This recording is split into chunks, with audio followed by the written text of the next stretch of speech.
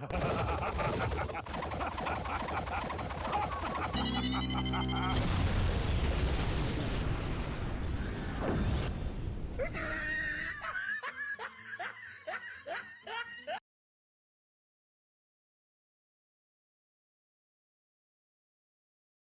everyone, I'm Geek Freak and welcome to the video. Today I want to talk about Gin Ichimaru. Okay, I don't want to go into depth of this guy, saying who he is, where did he come from, what was his goals, etc, because there is a YouTuber called DBZ Imran who goes into full detail as to who Gin Ichimaru is. So if you guys don't know who Gin Ichimaru is, please stop this video, start a new tab, go and watch that video first, and then as soon as you've done that, come back, watch me, and listen to me what I've got to say about Gin Ichimaru.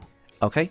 3, 2, 1, and let's go. Now, if you've seen Bleach and you've seen who Gin Ichimaru was within the series and within DBZ Imran's video, you basically know who he is. And if you guys don't know, I'm going to give you guys some spoilers because I'm going to go into the detail on who Gin Ichimaru is. You know, his backstory, his end, etc. Now, in the beginning, we all assumed that Gin Ichimaru was the bad guy, and even the other captains and lieutenants didn't even trust him. But, as it turned out, he was actually on Aizen's side the whole time, who was the most trustful Soul Reaper in the Soul Society. So, Gin Ichimaru left with Aizen alongside with Tosen, who was also a follower of Aizen. And I'm going to go through some spoilers as well when it comes to Tosen, because Tosen was Aizen's most trustworthy and loyal subordinate and friend. Tosen followed Aizen because he believed that Aizen was justice. Tosen followed Aizen because he wanted to get revenge on the Soul Society that let the person who killed his friend go. So you could say that Tosen and Aizen saw the Soul Society as toxic, and they both wanted to change it. But when it came to Gin Ichimaru, we all assumed that Gin Ichimaru followed Aizen because he either looked up to Aizen, or he saw Aizen as justice, or he sympathized with him, or whatever. But later, as it turned out, Gin wasn't loyal to Aizen, neither was he loyal to the Soul Society. The only reason he became a Soul Reaper was because Gin Ichimaru wanted to get revenge on Aizen because of what he did to Rangiku. And Gin Ichimaru did a lot of bad stuff in order to make Aizen believe that he was on his side the whole time. Killing the third seat of Squad 5, making people feel uncomfortable, making people not trust him, pinning people against each other, betraying the Soul Society. I don't believe that Gin Ichimaru was even loyal to the Soul Society. The only person that he had any loyalty to was Rangiku, because Gin Ichimaru did all of this for Rangiku. Gin wanted to get revenge on Aizen for what he did to Rangiku. I can't exactly remember what Aizen did to Rangiku, or what Aizen's men did to Rangiku. I'm going off of memory here. I mean, did Aizen's men steal something from Rangiku? Did Aizen's men attack Rangiku's family, or what? The thing is, I don't know. And I don't think we're ever told of what Aizen stole from Rangiku. I'm just doing a little bit of an update. When I finished recording this video and I was putting it together, a video by DBZ Imran came out and it was about Rangiku. And in that video it tells us what Aizen's Shinigami stole from Rangiku. And apparently it was a part of her soul. Now by knowing this, I've decided to keep this video because I do bring up some good points within this video. And whenever I say, oh, whatever Aizen or the Shinigami took from Rangiku, just to let you know, I do know what Aizen took from Rangiku. I just want to let you guys know that. It would be a shame for me to delete this video, but I do have some good points within this video of a what if theory. And so, well, I said, let's resume with the video. But it is assumed that Aizen was the one who was killing people in order to create his Hokyoku. Now, I have my doubts about this, like Aizen was going around killing people, and I also have other doubts, but that's for another video entirely. We're here to talk about Gin. Now, the thing is, Gin met Rangiku when they was kids, and Gin saw 3 Shinigami that was near Rangiku's home when he found her in a mess. And then, when Gin started living with Rangiku, and sometime later, Gin actually saw the 3 Soul Reapers that was near Rangiku's house when he found her. And when Gin followed the 3 Shinigami, or Soul Reapers, he saw them kneeling to Aizen, and Aizen had his version of the Okyoku. And Gin got it into his head that Aizen was the boss, and he was the one who took away something from Rangiku. Again, I don't know what that thing was, but the thing is, it was Gin who found Rangiku in that state when he found her the first time, and he saw those 2 Soul Reapers nearby the first time and the second time. So yeah, basically, when Gin found out that Aizen was the boss, Gin must have put 2 and 2 together, and he thought it was Aizen who did something to Rangiku, and he swore that he would get revenge on Aizen. But the thing is, we never saw what those 3 Shinigami was doing. I think Gin was just jumping to conclusions. Now listen, I have a theory. Now even I did say that we never saw those 3 Soul Reapers do anything. but Gin assumed that they did do something, like, oh, they must have been the ones responsible and Aizen is the boss, so I will take revenge on Aizen. But here's my theory. What if, now hear me about this, what if Gin's revenge all amounted to nothing? I mean, yeah, in the anime, it did end up all for nothing for Gin because Gin waited for years and years and years to gain Aizen's trust, and he was waiting for the right moment to get revenge on Aizen. But Aizen killed Gin anyways, and when you look at it like that, it was all for nothing. So that in itself was a tragedy, and even though that Gin wasn't on the side of the Soul Society, and he has done bad things, the only side he was on Rongiku's. But what about this? What if Gin's revenge on Aizen was just a misunderstanding and all for nothing as well? Now, what am I saying? What am I talking about? Well, do you guys remember when I said that Gin must have jumped to conclusions, and he thought Aizen was the one who told the Shinigami to take something from Rongiku? What if Aizen, or none of his subordinates, was the ones who destroyed or took something away from Rongiku, but instead it was actually somebody else who attacked or took something from Rongiku? Now, here's the thing. It is said that the Okyoku is created with loads of souls, and Aizen was creating the Okyoku. And the thing is, there are supposedly 2 Hokyokus. Where did Urahara get his Hokyoku? If you need souls in order to create the Okyoku, then does this mean that Urahara killed people and took their souls and made the Okyoku? I mean, come on, if Aizen was creating the Okyoku and he needed souls in order to create it, then does that mean that Urahara did the same? Just to let you guys know, I'm going off of memory here, so if I've got anything wrong, please let me know in the comments sections below. So yeah, food for thought there. Anyways, back to Gin and Aizen. The thing is, we've never saw Aizen or any of his Shinigami actually kill anybody in order to create the Okyoku. What if Aizen and his Shinigami actually came around later on after Rongiku was attacked and took away something that either belonged to her, or maybe it was her parents or brother or whatever? Or maybe, now hear me out on this, what if there was actually a Hollow or a Quincy or whatever, or maybe a few criminals that was in that area and they was attacking people in that area, and Rongiku and a few other people that was in that area got attacked by criminals or hollows or whatever, or maybe got attacked by a captain or something. Hey, I'm just throwing that out there to give you guys something to think about. And Aizen and a few of his Shinigami came too late to save anybody, but they actually killed the Hollow or the Quincy or whatever, who killed or destroyed the surrounding area later on. And when Aizen and his Shinigami was looking around to see if there was any survivors, they found people that was on the verge of death, and there was nothing that they could do about it to help them. So the best that they could do is take their souls and use them for the Okyoku. I mean, think about it. If this is the case that Aizen and his Shinigami was just taking people on the verge of death, and Gin said, oh, Aizen took something away from Rongiku, then explain this.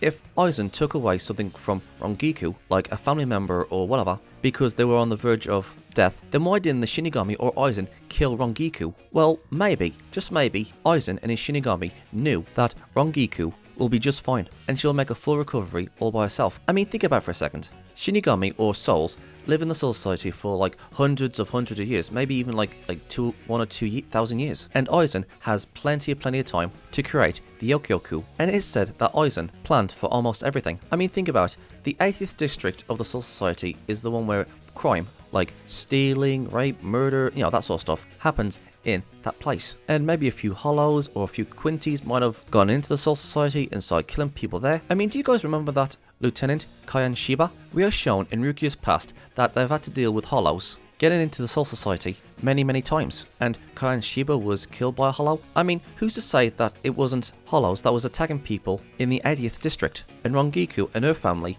was attacked by an Hollow, and Aizen and his subordinates was the ones who came in later to gather the souls that was killed by the Hollow, or again, Quincy's or criminals all over. I mean, if he needed souls to create the Okyoku, then why didn't he kill Rongiku? Aizen would have had plenty of time to create the Okyoku. Maybe he was doing his job of protecting the 80th district. You know, actually protecting people, but sometimes it would come along too late to protect anybody, because the Hollow, the Shinigami, or the Quincy or whatever killed the people in the 80th district because they were too late of getting there to protect them. And on the verge of their death, Aizen made use of them by creating the Okyoku. Aizen would have had hundreds of years to create this thing. I mean, it would have been much more easier for Aizen to sneak out and kill people in the 80th district while nobody was looking. Say 2-3 nights. I mean, he would have created the Okyoku in no time. But Aizen has been in the Soul Society for about, I don't know, maybe like hundreds upon hundreds of years. So maybe he only took the souls of those he got to too late. Again, look at Rongiku, she's still alive, so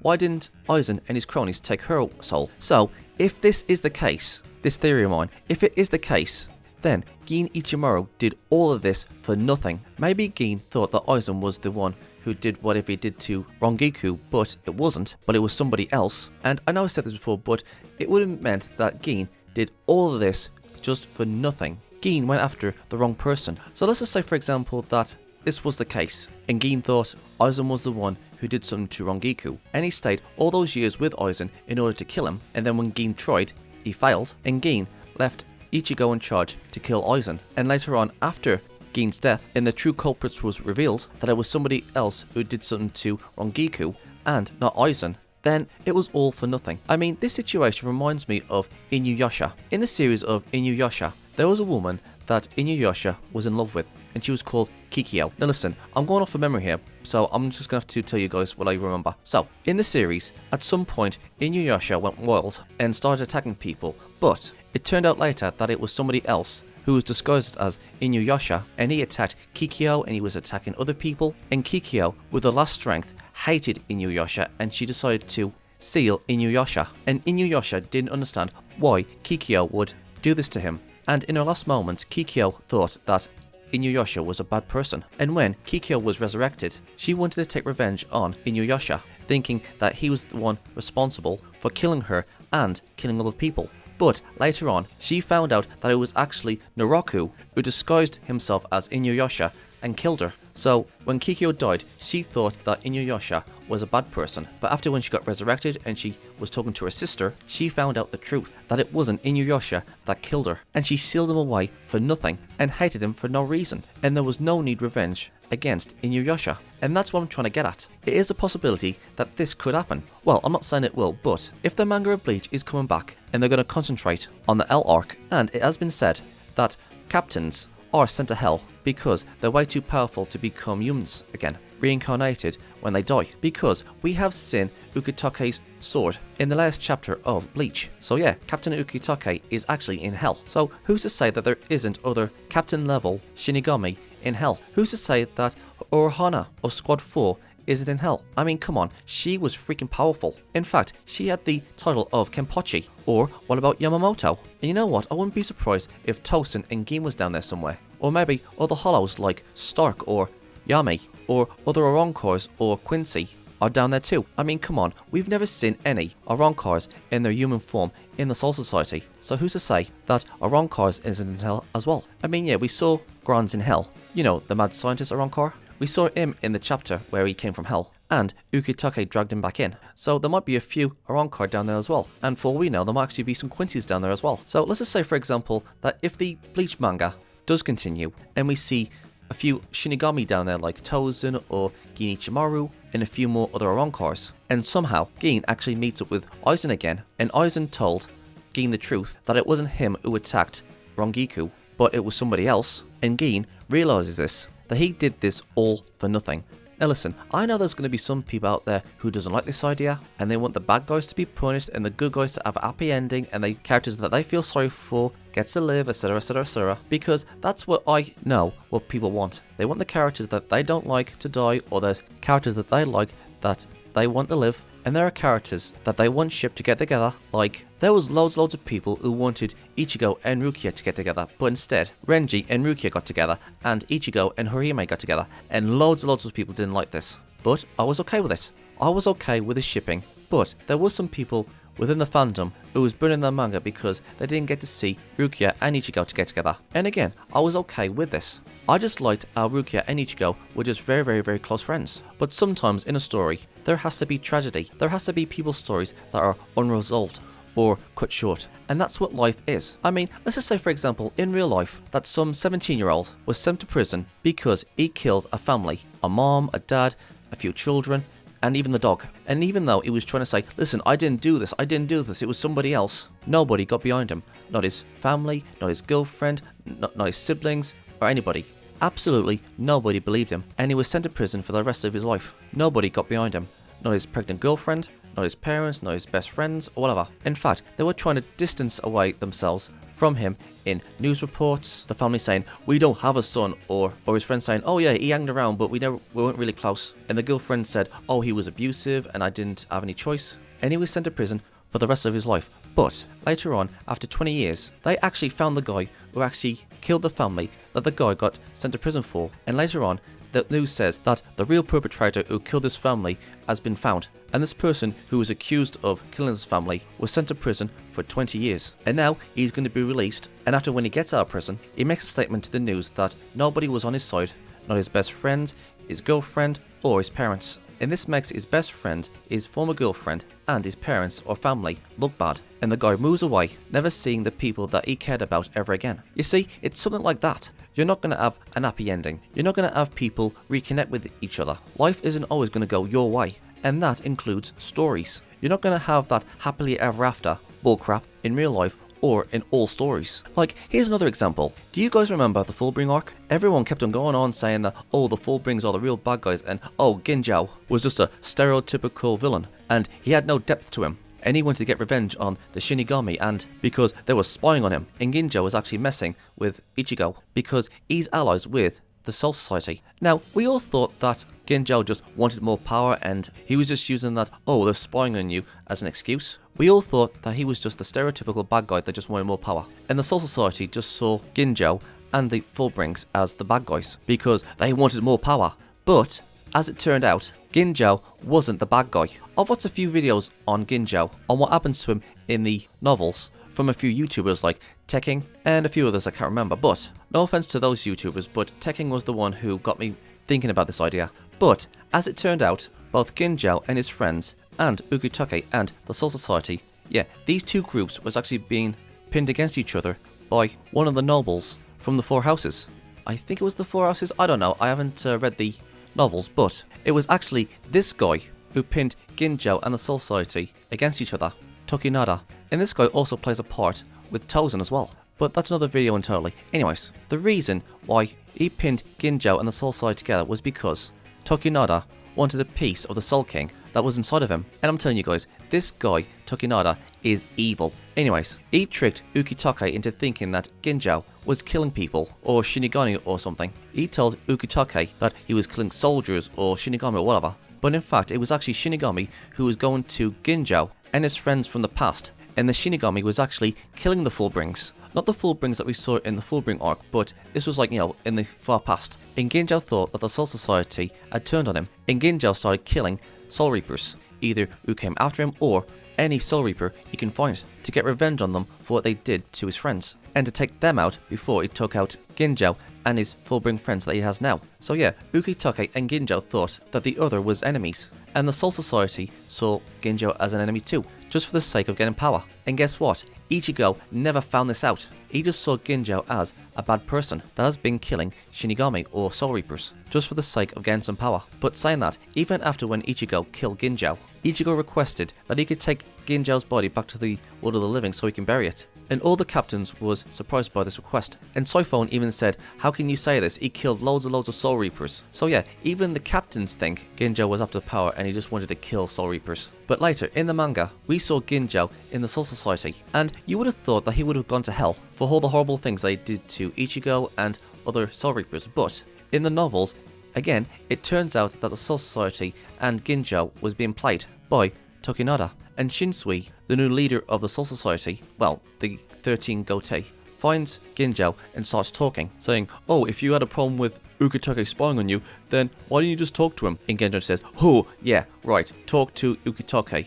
After when he killed my friends. So one thing leads to another, and they find out that they've both been played. Actually, you guys are going to have to fact check me on this, because this is what I'm assuming that happened. Like I said, I've only heard YouTubers say what happened. And then later, after Ginju, that he and the Soul Society was played against each other, and he finds out that Ukitake was trying to give Ginjao the benefit of the doubt and being called a criminal by the Soul Society. Even though Ginjao hates the Soul Society for calling him a criminal and killing his friends, he wanted to go and see Ukitake's grave and give him his respects. But the sad part is, Ukitake didn't find any of this out. Ukitake never found out that they were being played, and that is the sad realization. And also, Ichigo doesn't know anything about this, so how do you guys think Ichigo will feel after when he finds all this out? All this was just a big massive misunderstanding, and the one person who died thinking that Ginjao and the Fullbrings were enemies was Ukitake. I mean, how do you guys think Ichigo's gonna feel about this? That he killed somebody that wasn't even the bad guy? Again, I know Ginjao and the Fullbrings did mess with Ichigo, but it was just one big massive misunderstanding, and it was one of the nobles that was pulling the strings. And you know what? This is good writing. The point is, what I'm trying to say is,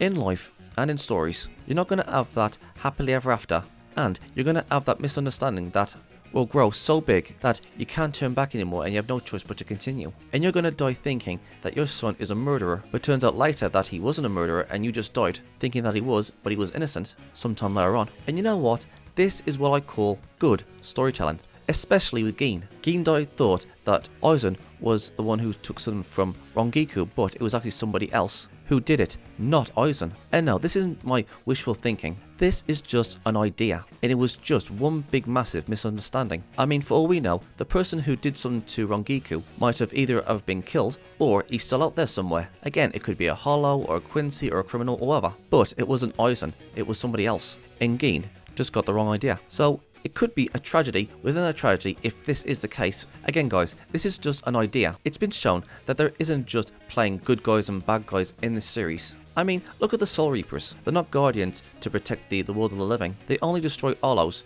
to keep the world in balance. And some are on cause who weren't evil, like Stark for example. Again, look at Gin. He wasn't on Aizen's side or the Soul Society's side. He was on Rangiku's side. And look at the Fullbrings and Ginjo versus Ukitake and the Soul Society. You have the moral grey, misunderstandings, and somewhat good people who die by the hands of other good people. And to be fair, I do see as Stark as a good person. I mean, sure, he was an Arankor, but he was not a bad Arankor. And Shinsui didn't even want to fight Stark, but he had no choice but to kill Stark. And if you look at Squad 4, Hunahana, when you look at her, she looks like a motherly figure who just wants to help and heal people. But spoilers, I'm going into spoilers. The only reason that she heals is because she wanted to heal herself so she could carry on fighting. Yep, turns out that she was the first Kenpachi, and that was the only reason that she took up healing, so she can heal herself so she can continue to fight. And if you guys think about it, when you first watch Bleach, we all take things at face value. The first time we meet Rukia, the first time we know about the Soul Society, the first time that we know about Aizen, the first time that we meet Unohana. And when you first meet all these characters and all these situations, you're probably thinking, oh yeah, let me guess, she's the nice one, oh let me guess, he's the nice one, he's the nice one, he's the nice one, you know, etc, etc. But as the series goes on, little pieces of evidence is given to us. I mean, in some anime, we're just, you know, spoon-fed information and things that we didn't know, you know, etc, etc. But with Bleach, there's always these little touches of information that we didn't know about the series or what's happening in the series. I mean, if you guys was to watch the series again and look at the little pieces of information that we know about the series and these characters and so on and so on, and as the series goes on, you're thinking, oh, that's what he meant, and oh, that makes sense, or oh, okay, I get it now. And you know what? This is another reason why I love Bleach. It doesn't spoon feed us, it just gives us little pieces of information that we don't question about the first time. And when you go back and watch it again and look carefully, you can see the information right there, but you think nothing of it. And that's what I think with the old Gin Ichimaru and Aizen situation. In my opinion, I think that Gin Ichimaru just got the wrong idea. And listen, I'm not saying that this is a fact, but considering that the Bleach manga is coming back, and we never actually see what supposedly Aizen's subordinates took from Rangiku, I think there's more here than meets the eye. I mean, considering that the Bleach manga was rushed to end in 5 chapters, and that there was obviously supposed to be more within the Bleach manga, and now it's came back, I'm sure we're going to have more mysteries unfolded within the manga if it comes back. And not only that, we also have the novels. That does explain a few things. So yeah, this is just something to think about. So, what do you guys think? Am I right? Am I wrong? Do you guys like this idea? Are there other things in the Bleach manga that you think is unresolved? Please let me know in the comment sections below, and let's get a discussion going. I'm Geek Freak. Peace out. Thank you guys for watching, and if there's a series you want me to check out and review and give my thoughts on it, or if there's a top 10 list you want me to do, or any reactions, or responses, or rants on anything geeky, just leave links and comments in the comment sections below, and I'll get to them as soon as I can. Don't forget to like, subscribe, put the bell on, share this video, and leave a comment in the comment sections below. And as for my social medias, I'm literally freaking everywhere! I'm on most video platforms, social medias, forums, and support sites. It's best to pause the video and see where I am. Literally all this is down in the description box below. So if you want to go and check those out, please do. I'm Geek Freak. Peace out.